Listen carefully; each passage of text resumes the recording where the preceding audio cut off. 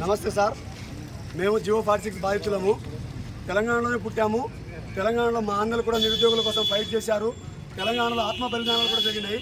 ఈరోజు మాకు న్యాయం చేయండి, గ్రామీణ ప్రాంత నిరుద్యోగులు మెరిట్ స్కోర్ ఉంది, మాకు న్యాయం చేయండి అని ప్రజా దర్బార్కి వస్తే పొద్దున్న నుంచి మేము తిండి లేక పచ్చి నీళ్లు ముట్టుకోకుండా అక్కడ కూర్చుంటే డిపార్ట్మెంట్ వాళ్ళు మమ్మల్ని లిఫ్ట్ చేసి తీసుకొచ్చి ఈ ఎక్కడున్న ప్రాంతంలో మాకు తెలీదు, ఈ ప్రాంతంలో తీసుకొచ్చి మమ్మల్ని పడేశారు. ఈ అర్ధరాత్రి టైం చూస్తే 2:30 అవుతుంది. 2:30 టైంలో మమ్మల్ని ఇక్కడ వదిలేసి వెళ్ళారు. మేము రిటర్న్ ఇంటికి ఎట్లా వెళ్ళాలి, మా రూమ్లోకి ఎట్లా వెళ్ళాలి?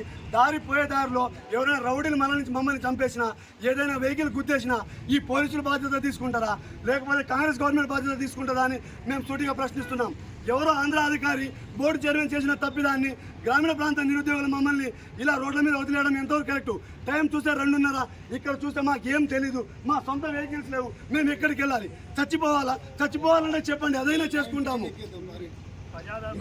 ఇంకా ఇక్కడ నుంచి మేము బతికేది లేదు. ఈ నైట్కి మమ్మల్ని ఎవరో ఒకళ్ళు చంపేస్తారు. మా పరిస్థితి అంధకారంలో ఉంది. సీఎం సార్ మీరే మమ్మల్ని కాపాడాలి.